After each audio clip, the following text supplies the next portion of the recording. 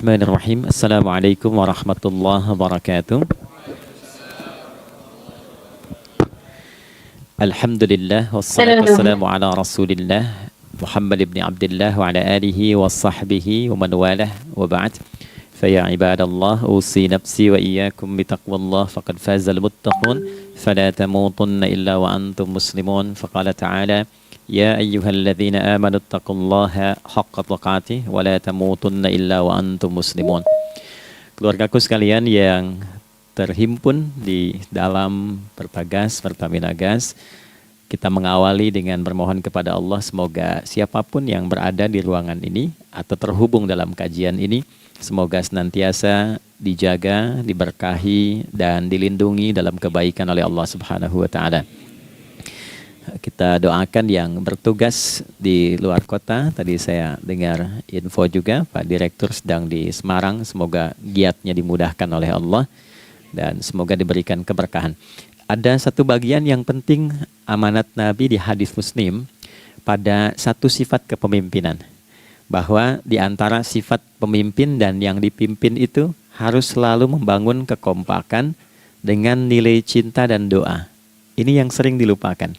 Nabi pernah menyampaikan dan penyampaian ini, hadis ini didokumentasikan oleh Imam Muslim dalam satu kalimat yang singkat, padat tapi mengikat. Khiyaru a'immatikum man tuhibbunahu wa yuhibbunakum. Pemimpin yang baik itu adalah pemimpin yang kalian mencintainya dan ia pun mencintai kalian. Nah, membangun cinta itu salah satu jembatannya dengan doa. Oleh karena itu, di antara doa yang dianjurkan saat Anda memulai pekerjaan, itu bukan hanya untuk pribadi, lancarkan pekerjaan saya, tapi juga sehatkan pimpinan saya, pimpinan mendoakan sehatkan anggota saya, sehingga semua itu melahirkan sifat harmoni yang memberikan kenyamanan dan kebahagiaan dalam bertugas. Nah, izinkan saya mengawali dengan itu dulu, karena itu di antara sunnah yang seringkali terlupakan.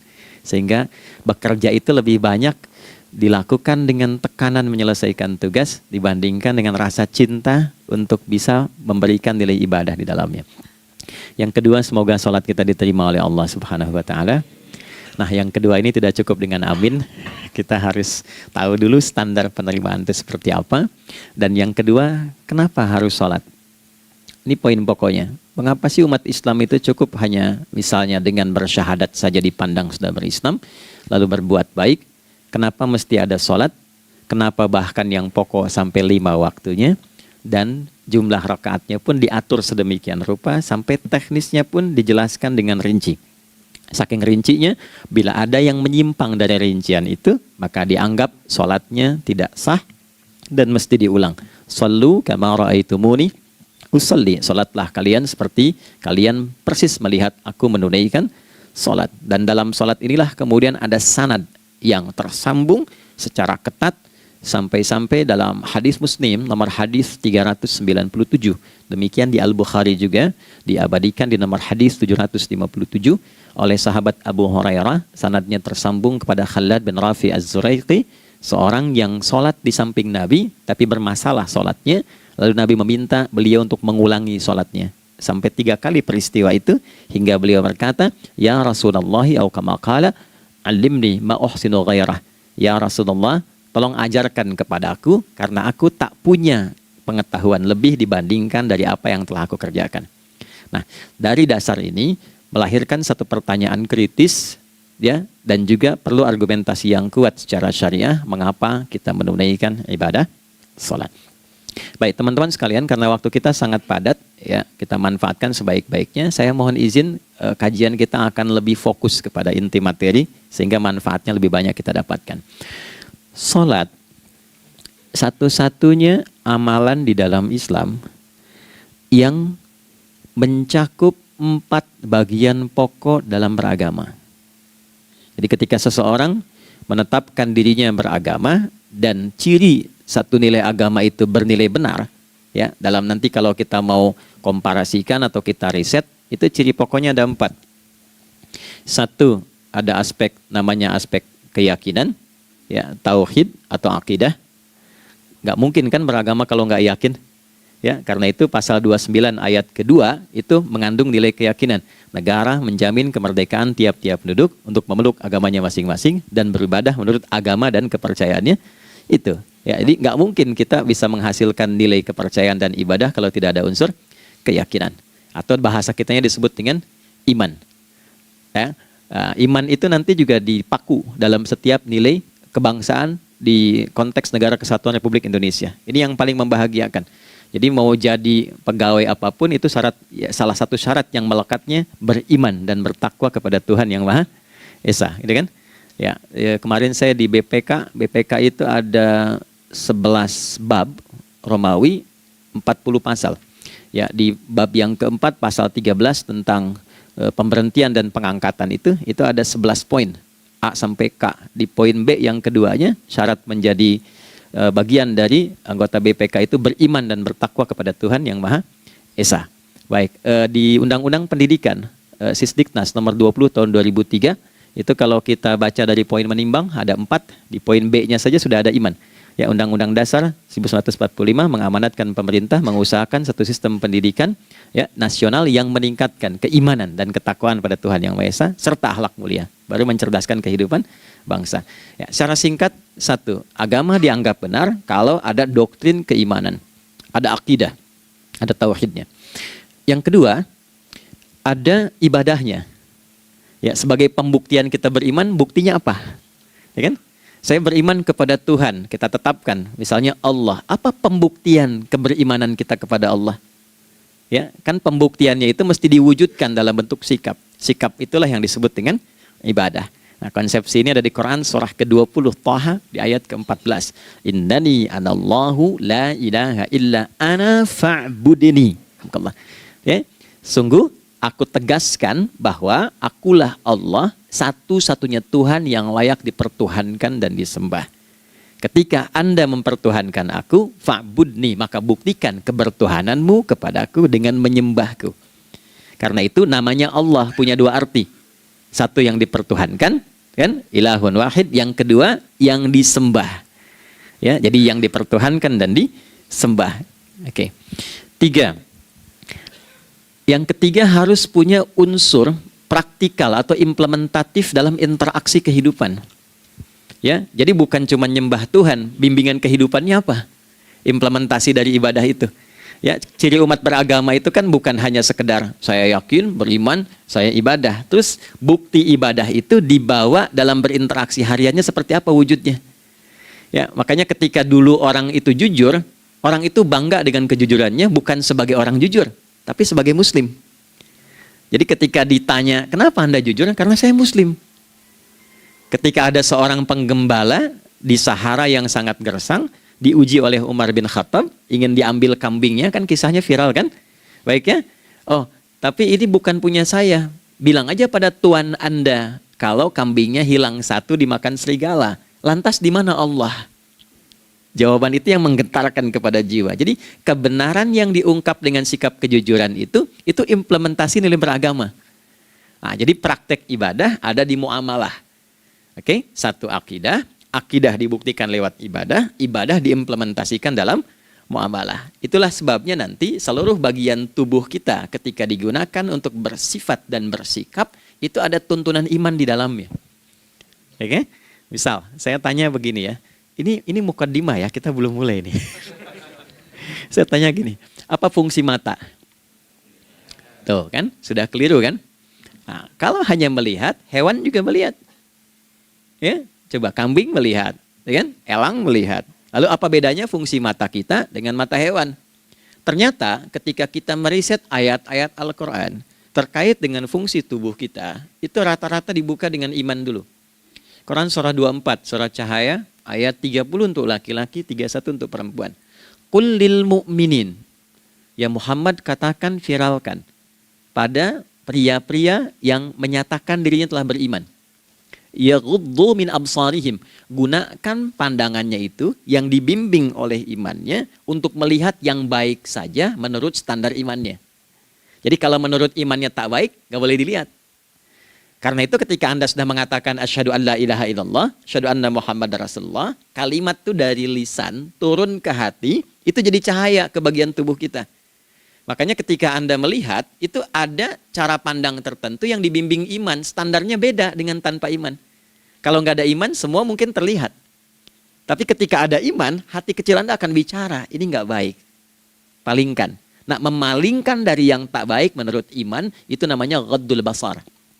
Oke? Perempuan juga begitu, setara. Wa kullil mu'minati yaghdudna min absarihinna. Dan katakan pada setiap perempuan yang menyatakan dia beriman, maka gunakan pandangan itu dengan bimbingan imannya. Ketika tak baik menurut imannya, palingkan. Ya, Anda lihat kajian di YouTube, terus ada iklan kan? Nah, terus menurut standar iman nggak bagus, itu otomatis akan nggak suka itu. Ya, pasti dipalingkan. Ya. Anda kalau naik pesawat ya, tugas keluar tuh, pertagas tugas keluar. Kalau pramugari lagi demo tuh yang dilihat pramugarinya apa demonya dulu. Nah, iman itu akan bekerja di situ tuh. Ya, palingkan tuh. Nah, sama dari mata turun ke, jangan langsung ke hati aja, ke lisan dulu kan. Ya, ke mulut kan. Itu mulut tuh ketika digunakan fungsinya, imannya disebut dulu. Ya, Quran surah 49 ayat 11 misalnya, ya ayyuhalladzina amanu, imannya dulu, la yaskhar qaumin qaum. Ayat 12-nya la yaghtab ba'dukum ba'dha. Hai orang-orang yang telah menyatakan beriman. Kalau pakai alladzina disebutkan 1080 kali dalam Al-Qur'an, itu kalimatnya diksinya singkat, padat, mencakup semua tanpa sekat. Oke, jadi kalau laki-laki, perempuan, tua, muda, besar, kecil, beda strata, duniawi, itu semua tercakup di dalamnya. Hei semua yang telah menyatakan beriman, gunakan imanmu untuk membimbing lisanmu bertutur. Kalau masih merasa punya iman, jangan gunakan lisan untuk mencela, merendahkan orang. Untuk bergibah, membuat hoax. Didetilkan oleh Nabi, kalimatnya jelas. Man kana yu'minu billahi wal yaumil akhir, falyakul khaira aw liyasmut. Siapapun. Nah, dari alladzina ketika dirinci pakai man.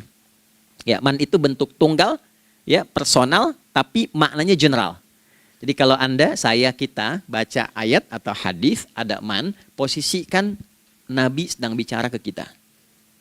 Ya, hei Adi Hidayat, posisikan Nabi bilang gitu tuh. Kalau engkau merasa beriman sama Allah dan yakin dihisab di hari kiamat, jaga lisanmu. Katakan yang baik dengan bimbingan imanmu, tak mampu engkau diam.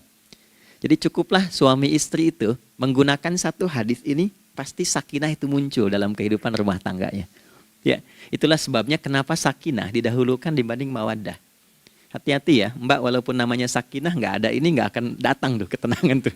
Ya, ada yang tahu nggak rahasianya? Kenapa sakinah duluan dibanding mawaddah? Ya, 5 juta. Ya, waktu habis karena padat sekali. Maddah jamaknya mawaddah, rasa kasih yang tumbuh dari pemberian materi. Jadi kalau rumah tangga itu ingin cenderung pada kebahagiaan, boleh berbagi dengan materi. Ya, istri cemberut, ya Anda datang dengan senyuman, sayang, kenapa? Ya, ini emas 2 kilo, ya. Nah itu pasti sehat lagi tuh. Ya, itu mawaddah. Tapi maaf, walaupun Anda mapan bekerja, harta cukup melimpah, ruah, tapi tidak ada ketenangan di rumah tangga, tidak ada sakinah, maka hampa kehidupan rumah tangga itu. Itulah sebabnya kenapa di Quran sakinah lebih dulu dibandingkan dengan mawaddah. Saya tanya ibu deh, ibu pilih mana? Kaya tapi gelisah atau miskin tapi tenang? Oke. Saya paham itu. Saya paham. Suami juga sepakat semuanya. Ya, artinya apa? Kita nggak bisa menghilangkan unsur ketenangan. Oke, itu hanya pembuktian argumentatif ya, supaya kajiannya lebih kepada argumen. Jadi ada akidah terkorelasi dengan ibadah, implementasinya di aspek muamalah. Nah, nanti cara bermuamalahnya diatur lewat akhlak namanya. Bagaimana bermuamalah yang baik? Kan Anda, maaf ya, berekspresi kepada pimpinan dengan kawan kan berbeda. Oke, kepada orang tua dengan anak kan lain. Nah, yang mengatur interaksi kita sehingga terjalin harmoni yang baik, itulah yang disebut dengan akhlak. Nah, 4 poin inilah yang menjadi inti dakwah Nabi SAW ketika diutus oleh Allah Subhanahu wa Ta'ala. Memastikan 4 ini bisa optimal kita lakukan dalam kehidupan. Bonusnya yang kelima, selalu meningkatkan inovasi sehingga selalu mendapatkan hal baru dalam kehidupan. 5 ini digabungkan di Quran surah kedua Al-Baqarah di ayat 151. Kama arsalna fikum rasulam minkum yatslu alaikum ayatina. 1, Oke, wa yuzakkikum 2, akhlak, wa yu'allimukumul kitaba 3, wal hikmah 4, 5, wa yu'allimukum ma lam takunu ta'lamun. Kelima-limanya ini digambarkanlah dalam bentuk ibadah yang melatih kita sebagai pondasi awal menuju dan memantapkan 5 hal ini, yaitu sholat. Itulah sebabnya kenapa sholat yang pokok dilakukan 5 waktu dalam sehari untuk mewujudkan 5 hal ini dalam kehidupan, dan satu-satunya ibadah yang mengumpulkan 5 aspek ini dalam prakteknya hanya sholat. Hanya sholat. Oke, mari kita detilkan, kita rinci, dan di sini kita akan mulai kajian kita. Yang tadi mukadimah ya. Baik, kita punya 30 menit. Wah, padat sekali. Bismillahirrahmanirrahim. 1. Sholat adalah perwujudan iman seorang hamba.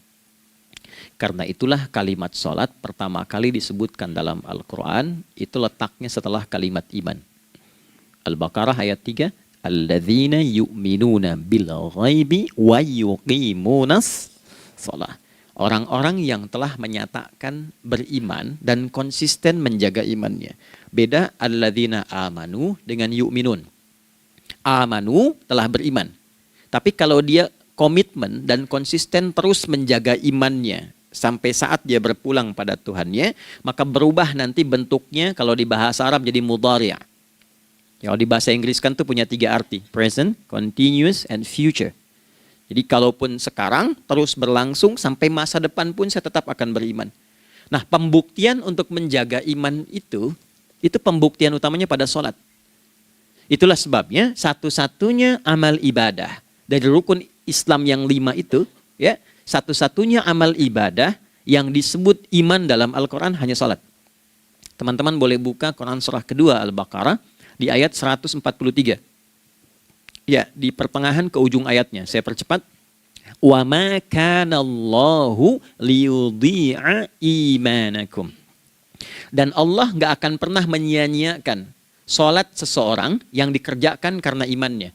Ayat ini turun, ketika ada terjadi pergantian arah kiblat dari yang tadinya semula ke Masjidil Aqsa, lalu berputar 180 derajat, beralih ke Masjidil Haram. Nabi sedang berada di luar Madinah. Madinah tempo dulu, wilayahnya nggak seluas cakupan sekarang.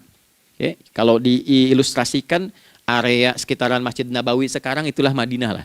Di luar itu sudah di luarnya. Nah, Nabi sedang sholat, riwayatnya banyak menyebutkan, ada yang mengatakan zuhur, ada asar, ada maghrib. Di pertengahan itu turunlah Al-Baqarah ayat 144. Qad nara taqalluba wajhika fis sama' falanuwalliyannaka qiblatan tardaha fawalli wajhaka syatral masjidil haram. Maka berputarlah dengan turunnya ayat ini 180 derajat menghadap ke arah Masjid Al-Haram. Problemnya adalah ketika Nabi dan pengiring beliau kembali ke Madinah, area Masjid Nabawi, kan nggak semua masyarakat ikut. Maka virallah informasi itu bahwa kiblat telah beralih ke kiblat awal, yaitu Ka'bah Al-Musyarrafah. Maka penduduk panik pada saat itu. Status sholat kami yang tadi dikerjakan bagaimana? Karena sedang nggak bisa diulang, sudah pindah waktu. Maka turunlah kemudian firman Allah yang Al-Baqarah 143 itu, wa ma kana Allahu liyudhi'a imanakum. Karena engkau mengerjakan sholat itu dengan imanmu, maka Allah nggak menyia-nyiakan imanmu itu. Maksudnya apa? Walaupun arah kiblatnya tidak tahu mengarah kepada sisi yang belum berubah, tetap dihitung pahalanya sempurna karena imannya. Gitu. Nah, ini nanti yang menjadi landasan turunnya Al-Baqarah ayat 115. Walillahil masyriq wal maghrib fa aina ma tuwallu fa thamma wajhullah. Kalau Anda sedang tugas nanti di lapangan, lalu sulit menemukan arah kiblat. Aplikasi susah karena sinyal nggak masuk misalnya. Oke, kemudian juga matahari agak remang-remang sehingga sulit untuk terlihat patokannya. Maka dengan keyakinan, dengan iman itu, menghadaplah ke arah yang kita yakini, maka berlakulah Al-Baqarah 115. Di saat itu diterima amal ibadah kita sama dengan yang menghadap kiblat dengan dasar imannya. Oke, nah pengertian terbaliknya, mafhum mukhalafahnya, maka Nabi mengatakan, al-farqu bainal mu'min wal kafir tarkus shalah. Beda antara orang yang beriman dengan yang belum beriman adalah pada sholatnya. Jadi kalau ada orang mengatakan sudah beriman dan tidak menunaikan sholat, ini artinya keimanannya belum diakui sepenuhnya oleh Allah Subhanahu wa Ta'ala. Jelas ya? Halo, kenapa sedih begini? Maaf, saya terlalu cepat nggak? Enggak ya, baik. Jadi dalam poin ini penting pembedanya di sholat. Itulah sebabnya kenapa dari kecil kan, usia sekian, dari mulai 3 ke arah 7 tahun contohkan. Ya, orang tuanya sholat bentangkan sejadah. Kalau bisa kalau anak sudah mulai suka tuh kasih model sejadah yang anak-anak sukai bentuknya. Ya, dulu ada anak saya senang model mobilan, saya tidak sebutkan supaya tidak endorse gitu ya. Dikasih sejadah dengan pola itu, dia senang tuh ikutin. Kita nggak minta sholat, dia datang sendiri. Ya, nanti setelah mulai 7 tahun kan baru diajarkan dengan baik, diajak ke masjid kalau yang laki-laki. Demikian seterusnya. Ya, mengapa dari awal dituntun seperti itu? Untuk memberikan sebuah penguat bahwa penjagaan iman dimulai dari sejak dini. Ya, tapi di Indonesia saya perhatikan kelasnya sudah advance. Ya, TK sudah manasik gitu. Oke. Itu satu ya. Karena nanti kalau Nabi bilang begitu artinya akan terjadi orang mengatakan beriman tapi tidak sholat. Ya, makanya keras dari awal Nabi katakan bahwa pembeda antara orang yang beriman dengan yang baru klaim beriman itu pada sholatnya. Ya, pada sholatnya. Mengerjakan sholat maka sah status imannya, tidak menunaikan sholat maka bermasalah imannya. Itu poin yang pertama. Yang kedua teman-teman sekalian, ibadah. Kita lanjut ya. Sholat adalah bagian pokok terpenting dari ibadah. Nah, di sini kita akan mulai membuka sedikit rahasia terkait dengan aspek ibadah ini. Teman-teman sekalian, ternyata sholat ini ketika oleh Allah diturunkan dalam Al-Quran, dalam konteks penunaian ibadah, bukan berarti hanya mengkoneksikan atau mengkorelasikan hubungannya dengan iman saja, bukan. Karena saya beriman, saya buktikan ibadah nyembah Allah lewat salat. Dalilnya Quran surah ke-20 ayat 14. Innani anallah la ilaha illa ana. Aku tegaskan akulah Allah, enggak ada Tuhan yang layak dipertuhankan dan disembah kecuali saya. Fa'budni, kalau Anda telah menyatakan beriman padaku, buktikan keberimananmu dengan menyembah saya dalam ibadah. Bentuknya bagaimana ya Allah? Teruskan ayatnya. Wa aqimis sholata. Tunaikan sholat sebagai bukti ibadah. Itu li dzikri, sebagai zikir kepadaku. Jadi korelasi antara ibadah dengan iman, sudah kita sebutkan dalilnya. Sekarang ibadahnya tersendiri ketika ditunaikan, apa manfaat dari ibadah itu? Mengapa mesti ada 5 waktu? Dan apa turunan manfaatnya dalam kehidupan kita? Kalau kita mengerjakan itu, dampaknya kepada kehidupan kita apa? Nah, inilah indahnya di dalam Islam, dijelaskan dalilnya, diberikan contohnya, diberikan alasannya, dan yang paling indah, diberikan penjelasan dengan detail tentang manfaat-manfaatnya. Ini tidak ditemukan di dalam konsep keyakinan manapun. Kalau teman-teman boleh mau riset silahkan. Ada nggak satu keyakinan agama tertentu yang dari ibadahnya tuh diatur? Cara memulainya, bacaannya, detailnya, manfaatnya, waktunya, sampai dengan hasilnya, sampai kiamatnya. Ini menunjukkan bukan karya manusia. Bukan karya manusia. Kalau karya manusia setiap orang bisa buat itu. Ya, ketika ini menunjukkan bukan karya manusia, maka pertanyaannya dengan cara apa lagi Allah memberikan pembuktian pada kita bahwa Ia Tuhan yang hak yang harus kita sembah. Nah, kalau sudah paham, mari kita rincikan turunan tentang sholat ini. Kita mulai satu-satu teman-teman sekalian dari waktu sholat. Alhamdulillah. Seperti kita ketahui waktu sholat ada 5. Tapi yang sering kita dapati dari yang 5 ini tidak semua orang mengetahui tentang makna dari nama dan pembagian di waktu ini. Yuk kita mulai rincikan. Sholat yang pertama namanya apa? Gak usah khawatir, menang gak dapat hadiah kalau benar. Salah juga keterlaluan. Oke, 1 subuh. Dia satu-satunya nama sholat yang punya 2 nama ya. Subuh dan fajar. Oke, Pak Fajar, Pak waktu sholat. 2 zuhur. 3 asar. 4 maghrib. 5 isya. Oke, rumus hitungannya 24, 4, 3, 4 ya. Rumus bilangannya 24, 4, 3, 4. Kalau mau tanya nomor koneksi dengan Allah 24, 4, 3, 4, 2 subuh, 4 zuhur, 4 asar, 3 maghrib, 4 isya. Oke, pertanyaannya, apa artinya nama itu? Selama ini jangan-jangan kita hanya tahu namanya tapi tidak memahami maknanya. Itu poinnya. Oke, sekarang mari kita mulai. Izin saya tidak punya kemampuan untuk menuliskan, ya, karena memang saat ini terbatas, tapi kalau diperkenankan bisa kita coba uraikan sedikit.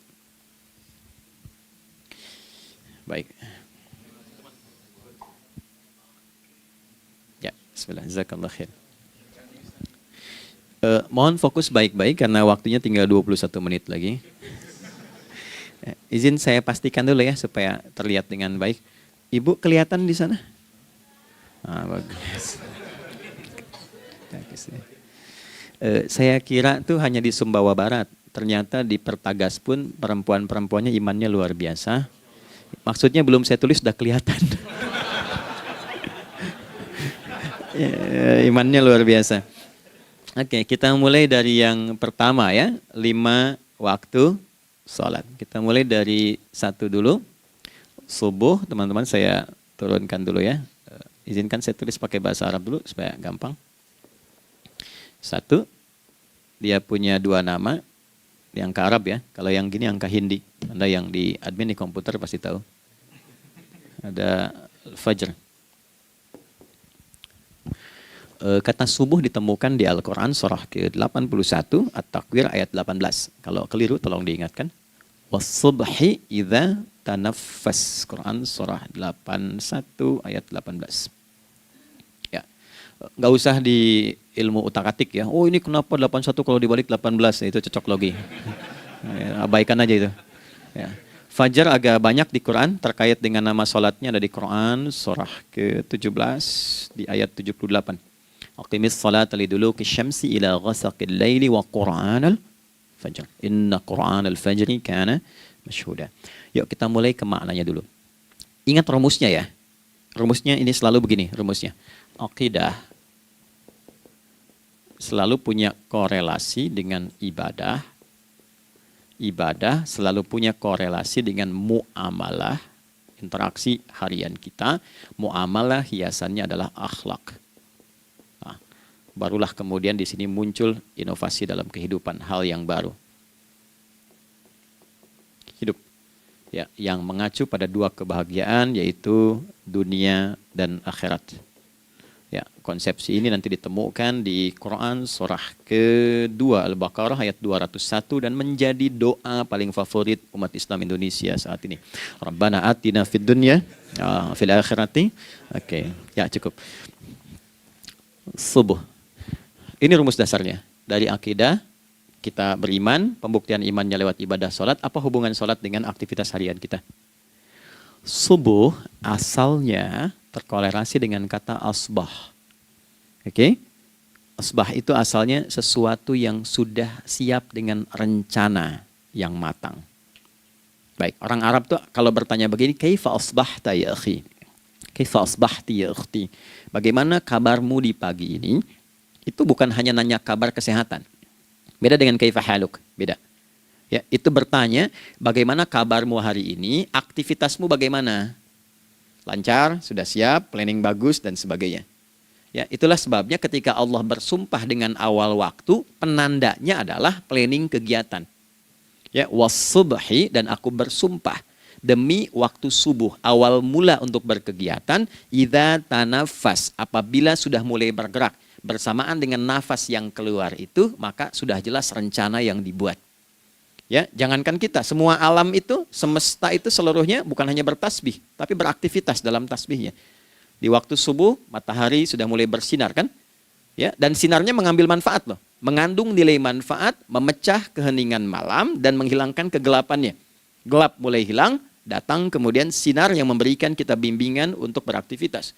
Tumbuhan dimulai waktu itu sudah mengeluarkan oksigen, menyerap karbon dioksida. Saya waktu di Utrecht, di Delft di Belanda, ya, saya coba ingin membuktikan. Kan adzan nggak terdengar keluar ya.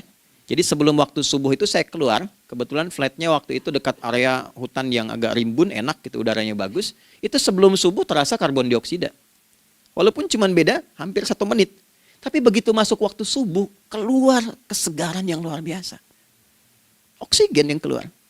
Ya, ini kan nggak mungkin kalau kuasa Allah tuh nggak mungkin terjadi seperti ini kalau bukan kuasa Allah Subhanahu Wa Taala. Tapi poinnya adalah yang bicara begini Quran. Nah sekarang yang ingin saya katakan adalah Alam semesta dalam konteks seperti matahari, kemudian tumbuhan, binatang, ayam bahkan mulai berkokok, punya planning yang teratur. Masa kita makhluk yang dihisab tuh nggak teratur? Nggak punya perencanaan? Maka subuh itu mengajarkan kepada kita, jangan sampai ada orang Islam yang punya keimanan, lalu menunaikan sholat, diajarkanlah oleh Allah, setiap masuk subuh itu harus punya agenda yang jelas. Planning yang terukur. Jangan terjadi mengaku muslim, beriman, tapi nggak jelas perencanaan hidupnya. Jam 7 mau di mana? Jam 8 kerjakan apa? Anda dari sini ketemu 7 ke 4, atau setengah 8 ke setengah 5, 8 jam kerja. Oke, berangkat jam berapa? Petakan di jalan macetnya di sebelah mana? Ukur sampai kantor tiba jam berapa? Apa yang mau dikerjakan di kantor? Itulah Islam, itulah subuh. Sehingga tidak ada satupun orang Islam di era Nabi mengajarkan beraktivitas kecuali terukur dan teratur. Bahkan Nabi memulai itu evaluasinya di malam hari. Sehingga turun di antara surah Al-Insyirah itu ada ayat yang tegas mengatakan di ujungnya, فَإِذَا فَرَغْتَ فَانْصَبْ. Evaluasi yang telah berlalu di malam hari, evaluasinya menyeluruh sampai ke zikirnya. Dicatat nih, ya aku hari ini secara spiritual itu, mohon maaf, sholat jamaahnya berapa waktu tuh? Dari 5. Oke? Misalnya dari 5 itu cuma 4, berarti koreksi ada yang kurang. 1, ya. Yang kedua, secara intelektual sudah berapa bacaan yang dibaca saat ini, ilmu yang ditingkatkan, mensyukuri anugerah akal dan sebagainya. Bekerja sempurna enggak? Turunkan ibadahnya bagaimana? Ketika ada yang kurang, istighfari. Ya, sebagai seorang ayah, ada enggak sesuatu yang salah yang dilakukan belum sempurna? Sebagai seorang ibu, anak dan sebagainya, istighfar. Itulah sebabnya sebelum tidur Nabi ajarkan istighfar. Yang kita tahu 70 kali kan, 100 kali. Yang saya tanya, 1 ke 70 itu istighfar apa saja? Apakah hanya bilangan di lisan? Atau dari lisan diingatkan oleh pikiran, ditembuskan ke hati? Istighfar sebagai seorang ayah yang kurang maksimal melihat anak dengan baik. Anda boleh punya jabatan di kantor, boleh direktur, boleh manajer, boleh macam-macam. Tapi ketika Anda pulang, Anda seorang ayah. Saya di Timur Tengah disebut syekh, di sini dipanggil kiai, dipanggil ustadz. Pulang ke rumah, anak saya nggak kenal itu semua. Anak saya nggak peduli itu semua. Belum pernah seumur-umur saya mengajar, lalu saya pulang, anak saya menunggu depan pintu dan memanggil, kiai. Tidak ada. Dia ingin ayahnya. Dia ingin ayahnya.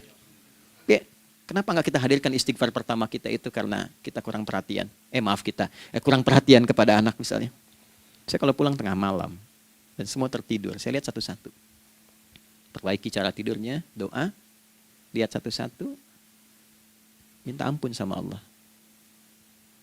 Dan ya kadang sebelum mengalirkan air mata kita nggak bisa tidur karena nggak tahu nanti ketemu lagi nggak di akhirat. Ya, itu poin yang paling penting. Nah, jadi istighfar pertama itu untuk diri kita ketaatan pada Allah, untuk diri kita sebagai anak pada orang tua, sebagai suami punya tanggung jawab istri atau sebaliknya, demikian seterusnya. Nah itu kalau sudah kita bisa lakukan, dievaluasi, direncanakan besoknya.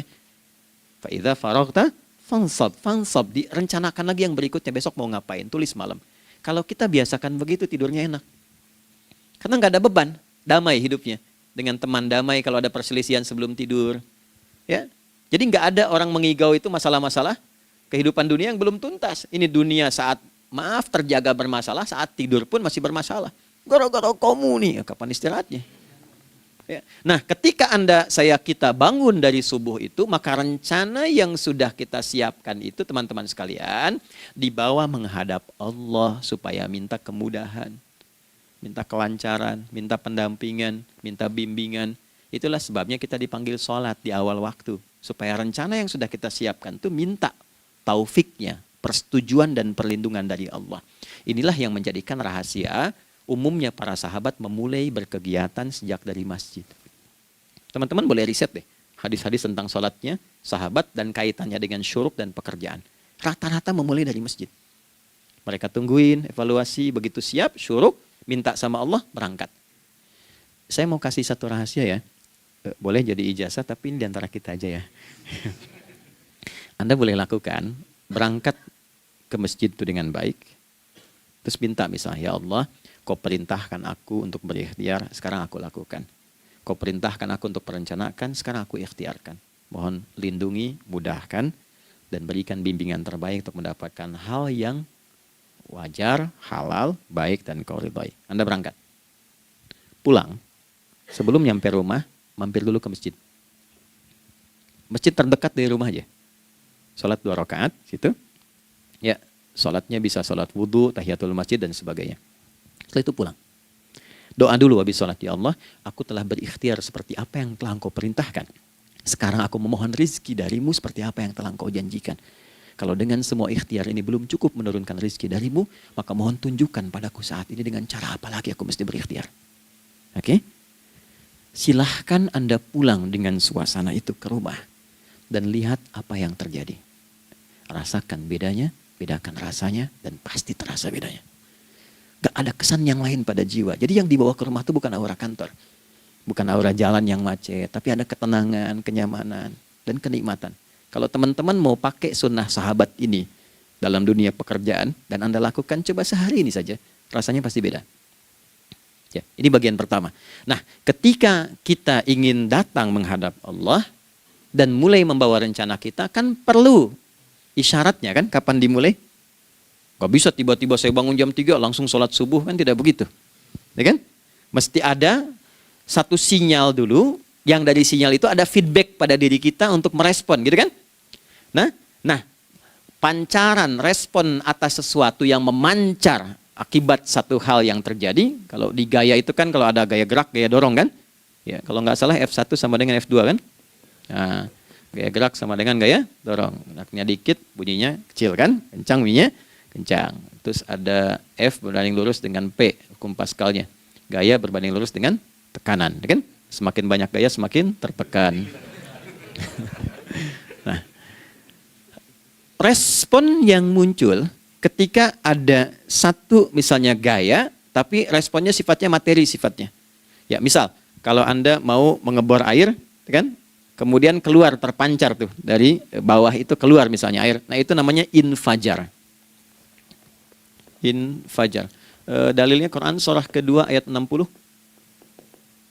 Wa idzistasqa Musa liqaumihi faqulna idrib bi'asakal hajar fanfajarat min husnata asyrata aina. Nabi Musa kata Allah itu kaummu 12 suku minta mata air. Dan gak tanggung setiap sukunya minta satu, katanya supaya gak rebutan. Maka Allah firmankan, pukulkan tongkatmu yang kayu. Lihat diksinya detil sekali. Pukulkan tongkatmu yang kayu ke batu itu, maka batu itu akan terbelah dan mengeluarkan pancaran 12 mata air. Ya, tongkat kayu dipukulkan ke batu, batunya yang hancur. Karena Musa seorang nabi, gitu kan? Anda punya tongkat emas, pukulkan ke batu, maka keluar 12 air mata. Gitu ya. Nah ini, infajar. Kalau respon yang keluar itu respon buruk. Misal, dalam nafsu, kan suka ada trigger ya, yang memancing respon, terus nafsu keluar kan? Ya, apa saja itu? Lihat gambar yang gak bagus, nafsu keluar, gitu kan? Lihat sendal bagus, nafsu keluar, macam-macam ya. Nah itu fujur namanya. Fujur. Hurufnya masih sama, cuma bentuknya berbeda. Fa, jimnya masih ada waw, ada ra-nya. Fujur. Quran surah 91 di ayat 7-10. Wa nafsi wa ma sawwaha fa'alhamaha fujuraha wa taqwaha. Fujur tembus ke nafas, nafas memerintahkan yang buruk disebut su. Nafas ketemu su jadi nafsu. Makanya nama lain fujur itu nafsu. Dalilnya Quran surah 12 ayat 53. Wa ma ubarri'u nafsi innan nafsa la'ammaratun bisu. Ya, la'ammaratun bisu'i illa ma rahima rabbi. Oke, nafas ketemu su. Teruskan. Tapi kalau pancarannya pada sifat yang baik. Oke? Membelah sesuatu yang gelap menjadi baik, terbuka, memancarkan respon panggilan yang baik, maka berubah katanya menjadi fajar. Oke? Matahari diperintahkan oleh Allah, diperintahkan membelah kegelapan malam. Keluarlah sinar pertamanya, disebutlah fajar. Kenapa? Karena ada respon kebaikan keluar darinya. Baik, perhatikan baik-baik Quran surah kedua ayat 187. Wa kulu washrabu hatta yatabayyana lakumul khaytul abyadu minal khaytil aswadi minal fajar. Itu untuk matahari. Kita lagi tidur enak-enak, sudah nyiapin rencana malam-malam. Tiba-tiba ada panggilan. Allahu Akbar, Allahu Akbar. Itulah tandanya hati kita mengkonfirmasi iman kita dalam diri kita. Cepat, sudah adzan. Pernah begitu? Nah, konfirmasi itulah dalam bahasa lain yang disebut dengan fajar namanya. Datang. Jadi waktunya matahari membelah disebut dengan fajar, konfirmasinya pun disebut dengan apa? fajar. Ya, jadi bersamaan waktunya dengan dua hal itu. Datanglah panggilan. Itu yang dimaksud Quran, hubungan iman dengan konfirmasinya sampai ke sholatnya ada di Quran surah 8 ayat 2. Innamal mu'minuna iman. Alladzina idza dzukirallahu adzan. Wajilat qulubuhum iman. Jadi begitu ciri iman itu ada dalam jiwa, dipanggil lewat adzan, kan? Allahu Akbar, langsung merespon, ya Allah sudah adzan. Walaupun setelah adzan ada lagi getaran, baru adzan belum qomat gitu kan. Nah, misal ya. Nah, tapi inilah fajar. Jadi maksudnya rencana Anda ini agak jarang dibahas ya. Mohon maaf, ilmu ini agak jarang. Jadi jangan Anda bilang saya bid'ah, bukan. Ya, bukunya ada, referensinya ada. Cuman karena jarang dikaji, jangan sampai kekurangan pengetahuan menghukumi yang tahu jadi salah gitu. Ini poinnya. Jadi saya kalau bahas satu masalah itu bukunya saya kumpulkan. Tafsir awal sampai akhir yang ada apa, buku-buku tentang sholat apa, baru kita keluarkan. Jadi bagian topik-topik tertentu yang dibahas. Problemnya ketika membahas tentang ibadah cuma dua. Satu tentang bacaan, doanya apa. Yang kedua tentang gerakan, bagaimana mengerjakannya. Yang ketiga jarang dibahas, hikmahnya apa. Padahal rumus dalam ibadah itu dalam fikih tiga-tiga mesti dipakai. Ini Quran surah kedua ayat berapa? Ayat 129. Rabbana wab'ats fihim rasulan minhum yatlu 'alaihim ayatika ini wa yu'allimuhumul kitaba ini wal hikmah ini. Barulah kita mendapatkan sesuatu yang baru. Ya. Ini wa yuzakkikum dan di 151 Al-Baqarah wa yu'allimukum ma lam takunu ta'lamun. Jadi ini bukan ilmu yang baru, bukan, belum tahu saja. Jadi selama ini yang kita kerjakan jangan sampai terbatas pada ritualnya saja untuk mencukupkan ini. Hubungan ritual dengan ini apa gitu. Ya, jadi subuh ini mengkonfirmasi bahwa ada satu keteraturan dalam kegiatan kita. Ya, alhamdulillah. 2, siang. Oke, setelah subuh, fajar, salat apa? Zuhur. Oke, saya tanya pada Anda, zuhur itu artinya apa? Sudah, cukup katakan wallahu a'lam. Waktunya terbatas ya. Sahabat ditanya nggak tahu wallahu a'lam. Anda sahabat bukan, tabi'in bukan. Zuhur. Waktu tinggal 4 menit lagi. Oke, teman-teman, kalau kita jeli, ini kan sholat dikerjakan di siang hari kan? Siang itu bahasa Arabnya nahar. Naharun itu siang. Tapi kenapa sholatnya zuhur? Kok nggak sholat nahar gitu? Ya, lohor, ya, ini paksain tuh. Zuhur, lohor. Ya. Terus sore, biar nyambung cepat. Sore, bahasa Arabnya kan masa. Masa al-khir, selamat sore. Kenapa kok sholatnya asar? Kok sholatnya namanya asar? Oke. Maghrib, Isya. Isya kan malam kan? Kenapa nggak lail? Lail itu kan malam. Kalau ada yang istimewa di malamnya, itu lailah namanya. Makanya ketika turun Al-Quran disebut Lailatul Qadar. Karena malamnya istimewa. Beda, lail dengan lailah itu beda. Lail itu waktu malam, lailah ada yang istimewa di malam itu. Ya, jamaknya lail, layali, lela, lili, lala, itu malam. Ibu lili, ibu malam-malam. Ya. Zuhur artinya jelas, terang. Ada idhar, dibaca dengan jelas, terang. Gak boleh dengung. Man amana. Itu kan? Ya. Min husni, harus jelas. Ya. Ada a, jelas. Zuhur kenapa disebut zuhur? Untuk evaluasi kegiatan kita dari setengah hari. Sudah jelas belum hasilnya? Ya, Anda punya rencana di sini, evaluasi di siang. Jelas gak hasilnya? Pekerjaan Anda yang sekarang diamanahkan dari pagi jam 7 sampai sekarang, evaluasi dulu. Dicek, jangan cuma ditinggalkan. Oke, saya sedang kerjain, tinggalin dulu sholat. Bukan begitu. Ketika akan sholat, Anda cek dulu. Dari ke siang itu tengah hari, bagaimana hasilnya? Ada yang perlu disempurnakan gak? Ya, ketika ide-idenya mulai mentok, ada yang belum selesai, datang dulu sholat, tenang lagi. Saat tenang itulah dirumuskan kembali pelan-pelan.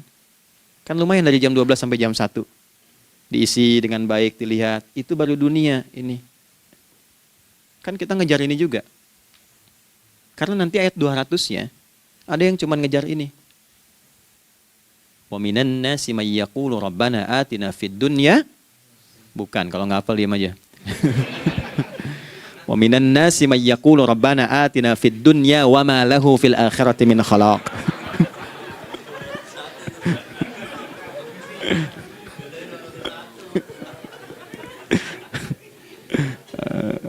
Nah, paham kan?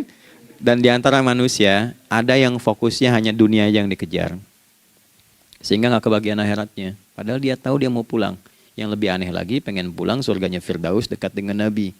Tapi tiap hari kerjakan dunia, dunia lagi, berangkat gelap, pulang gelap, terus meninggal gelap juga. Ini kan repot. Nah, maka mesti investasi kan. Anda kalau tugas keluar kan, apalagi keluar negeri kan hukumnya beda. Bekalnya pun tidak sama.